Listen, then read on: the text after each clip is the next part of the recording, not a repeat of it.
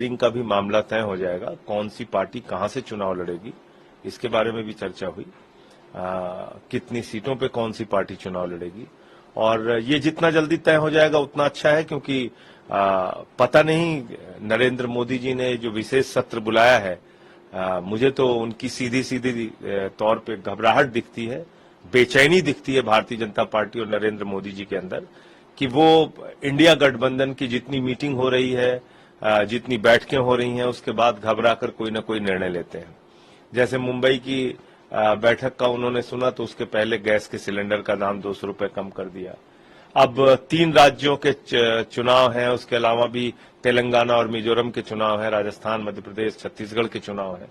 इन चुनावों के साथ लोकसभा के चुनाव करा सकते हैं, ऐसी हम लोग आशंका व्यक्त कर रहे हैं, क्योंकि घबराए हुए हैं मोदी जी, और विशेष सत्र बुला रहे हैं।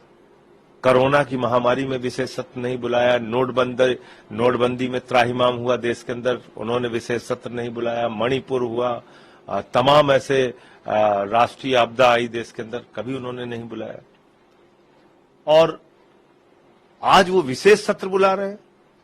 ये कहीं ना कहीं उनकी घबराहट का नतीजा है, जो मुझे लगता है कि जब सदन का सत्र चलेगा तो पता चल पाएगा।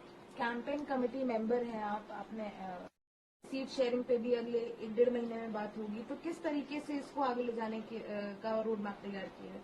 देखिए, जहां तक कैंपेन कमेटी का सवाल है या जो और भी कमेटियां बनी हैं, हम सारे जो ये इंडिया अलायंस है, इसका मकसद क्या है? प्रधानमंत्री नरेंद्र मोदी जी सिर्फ एक व्यक्ति के लिए काम कर रहे हैं।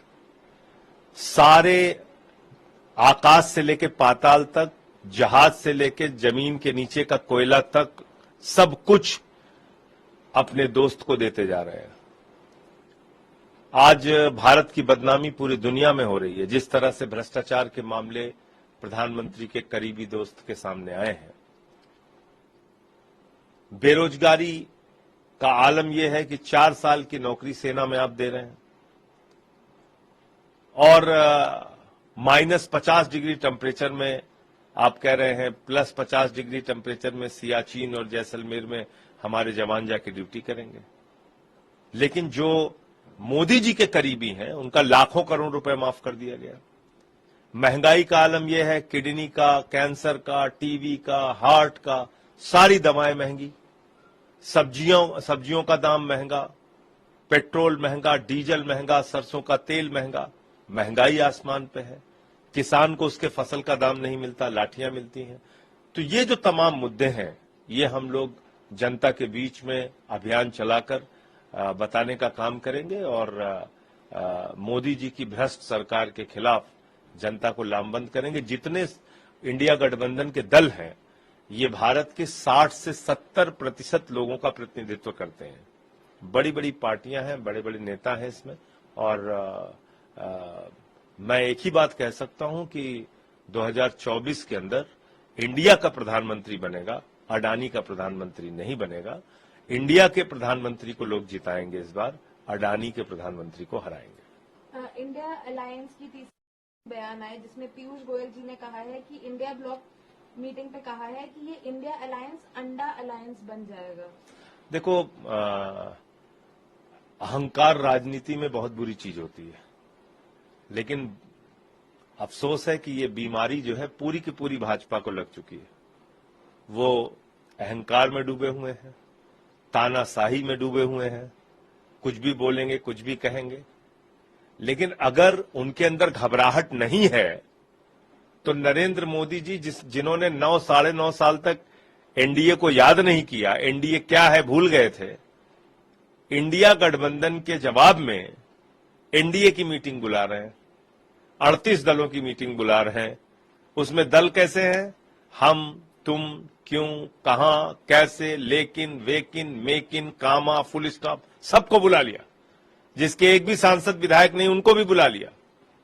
तो घबराहट है और बेचैनी है भारतीय जनता पार्टी के अंदर, और इसी के कारण मैं तो कह रहा हूं, ये जो विशेष सत्र बुलाया है, लग रहा है कि लोकसभा और विधानसभा के चुनाव ये लोग साथ कराना चाहते हैं। एक सवाल और सर, रविशंकर प्रसाद जी का कहना है उनके पास कोई आइडिया विजन है डेवलप जो गरीब है उनको ऊपर करने का, महिलाओं के लिए, किसान के लिए कोई विजन नहीं है, उनका कहना है। क्या विजन है भारतीय जनता पार्टी का?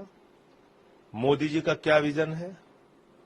आकाश से लेके पाताल तक एक दोस्त को दे देना, 13 लाख करोड़ रुपए का कर्जा अपने पूंजीपति मित्रों का माफ कर देना, क्या विजन है मोदी जी का? किसान को उनकी फसल का दाम नहीं देना, उनको लाठियां देना, 1 साल तक वो सड़क पर बैठ के आंदोलन करेंगे, नौजवान बेरोजगारी के कारण आत्महत्या करेगा, महंगाई आसमान पे पहुंच जाएगी, 156 लाख करोड़ रुपए का कर्जा नरेंद्र मोदी जी ने लिया है। तो विजन क्या है मोदी जी का? चंद लोगों के लिए काम करते हैं और बाकी देश की जनता को लूटने का काम करते हैं।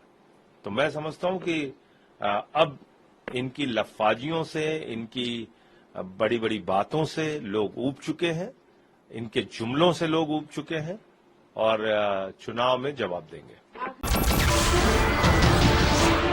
नमस्कार, मैं हूं मानक गुप्ता। अगर आपको हमारा ये वीडियो पसंद आया हो तो इसे लाइक और शेयर जरूर करें और हां, हमें सब्सक्राइब और फॉलो करना ना भूलें ताकि आप देश और दुनिया की कोई खबर मिस ना करें। तो जुड़े रहिए हमारे साथ और देखते रहिए न्यूज़ 24।